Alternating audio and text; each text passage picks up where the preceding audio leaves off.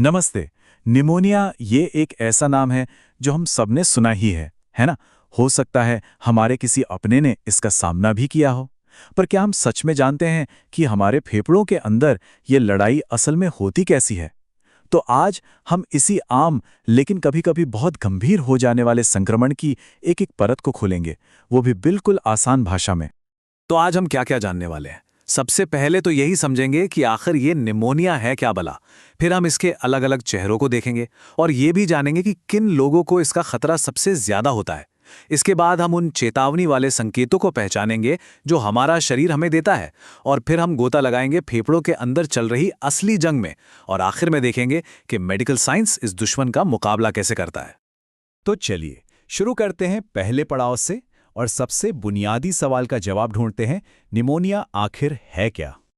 देखिए, सीधी सी बात यह है कि निमोनिया हमारे फेफड़ों के सबसे अंदरूनी, सबसे ज़रूरी हिस्से में होने वाली एक सूजन है। इस हिस्से को पैरेन्काइमा कहते हैं, और ये सूजन क्यों होती है? एक इन्फेक्शन की वजह से। ज़्यादातर मामलों में इसका जिम्मेदार होता है एक बैक्टीरिया जिसका नाम है स्ट्रेप्टोकोकस निमोनिया। अच्छा, अब एक मजेदार बात यह है कि निमोनिया कोई एक अकेली बीमारी नहीं है। इसके कई अलग अलग चेहरे हैं और इसे अलग अलग तरीकों से बांटा जाता है, जिससे डॉक्टर्स को इसे समझने और सही इलाज करने में बहुत मदद मिलती है। चलिए देखते हैं कैसे। तो पहला तरीका है ये देखना कि भाई हमलावर कौन है। क्या ये एक बैक्टीरिया है जो सबसे कॉमन है, या फिर इन्फ्लुएंजा जैसा कोई वायरस? और कुछ मामलों में तो ये फंगस यानी फफूंद की वजह से भी हो सकता है। दुश्मन की पहचान के बाद दूसरा सवाल आता है, ये हमला हुआ कहां पर? क्या ये इन्फेक्शन बाहर आम लोगों के बीच रहते हुए लगा, जिसे कम्युनिटी एक्वायर्ड कहते हैं, या फिर ये अस्पताल में भर्ती होने के बाद हुआ? और ये जानना इतना जरूरी इसलिए है क्योंकि देखिए, अस्पताल वाले कीटाणु अक्सर ज्यादा जिद्दी और खतरनाक होते हैं, तो उनका इलाज भी अलग तरीके से करना पड़ता है। और तीसरा तरीका है एक जासूस की तरह एक्सरे को देखना। डॉक्टर जब एक्सरे देखते हैं तो उन्हें फेफड़ों पर हमले का पैटर्न पता चलता है। क्या इन्फेक्शन ने फेफड़े के एक पूरे हिस्से को घेर लिया है, या फिर वो छोटे छोटे धब्बों की तरह कई जगह फैला हुआ है? इससे उन्हें इन्फेक्शन की गंभीरता का अंदाजा लग जाता है। तो ये तो हो गए निमोनिया के प्रकार, पर एक सवाल मन में आता है कि ये हर किसी को अपना शिकार क्यों नहीं बनाता? कुछ लोग क्यों इसकी चपेट में आसानी से आ जाते हैं?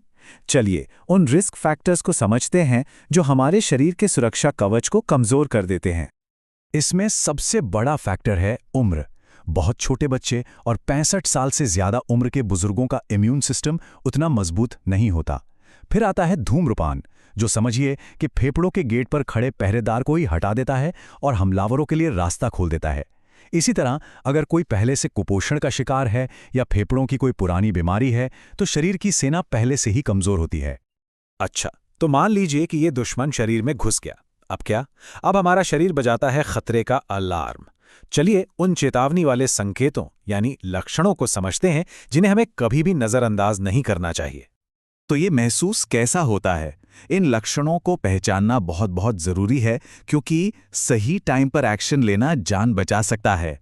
आइए पहले बात करते हैं आम लक्षणों की। शुरुआत होती है एकदम तेज बुखार से, वो भी कंपकंपी वाला। फिर आती है खांसी, लेकिन ऐसी वैसी नहीं, सीने में दर्द वाली खांसी, जिसके साथ गाढ़ा हरे या लाल रंग का बलगम आ सकता है। शरीर में भयानक कमजोरी महसूस होती है, जैसे किसी ने सारी एनर्जी खींच ली हो। भूख खत्म हो जाती है और सिरदर्द बना रहता है। लेकिन कुछ संकेत ऐसे हैं जिन्हें बिल्कुल भी हल्के में नहीं लेना चाहिए। ये रेड अलर्ट हैं। अगर सांस फूलने लगे, दिल की धड़कन और सांस की रफ्तार बहुत तेज हो जाए, या होठों का रंग नीला पड़ने लगे, तो ये एक मेडिकल इमरजेंसी है। इसका सीधा सा मतलब है कि शरीर को पूरी ऑक्सीजन नहीं मिल पा रही है और फौरन अस्पताल जाने की जरूरत है। तो चलिए अब माइक्रोस्कोप लगाकर देखते हैं कि फेफड़ों के अंदर असल में चल क्या रहा है। ये अदृश्य दुश्मन हमारे सांस लेने के पूरे सिस्टम पर कब्जा कैसे कर लेता है। आइए इस जंग को जरा करीब से देखें। इसे समझने के लिए एक बहुत ही आसान सा उदाहरण लेते हैं। मान लीजिए हमारे फेफड़े एक फैक्ट्री हैं जिसका दिन रात एक ही काम है, खून में ऑक्सीजन भरना और कार्बन डाइऑक्साइड को बाहर निकालना। और निमोनिया उस फैक्ट्री में आई बाढ़ है जो सारी मशीनरी को डुबोकर काम ठप कर देती है। तो सवाल यह है कि ये बाढ़ आती कैसे है? देखिए, होता क्या है, जैसे ही कोई कीटाणु फेफड़ों में घुसता है, हमारा शरीर अपनी सेना भेजकर लड़ाई शुरू कर देता है। इस लड़ाई से वहां सूजन हो जाती है और खून की पतली पतली नसें लीक करने लगती हैं। ये सारा पानी और तरल पदार्थ फेफड़ों की लाखों छोटी छोटी हवा की थैलियों में भरने लगता है, और इन्हीं थैलियों का काम तो ऑक्सीजन को खून तक पहुंचाना था। जब ये थैलियां ही पानी से भर जाती हैं तो गैस एक्सचेंज का काम बंद हो जाता है। बस यही वो बाढ़ है जो सांसों पर भारी पड़ जाती है। तो जब शरीर के अंदर ये जंग छिड़ जाती है तो बाहर से मदद कैसे पहुंचती है?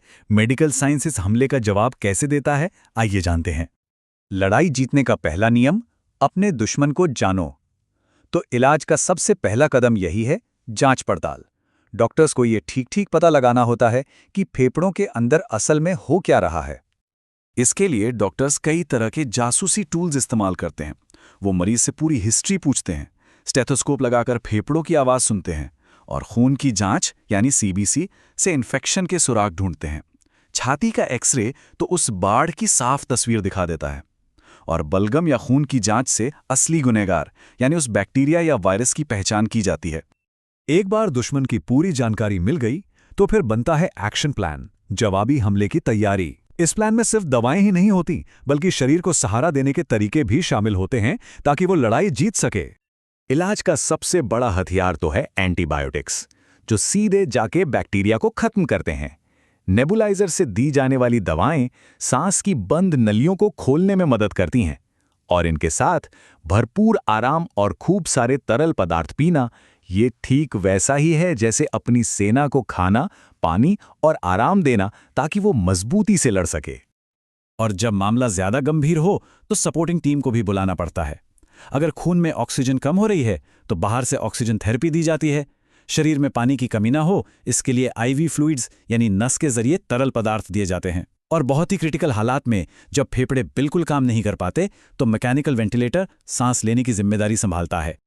तो देखिए, इतनी सारी बातें करने के बाद हम वापस उसी एक लाइन पर आ जाते हैं कि निमोनिया असल में फेफड़ों के काम करने वाले हिस्से यानी पैरेन्काइमा की सूजन है।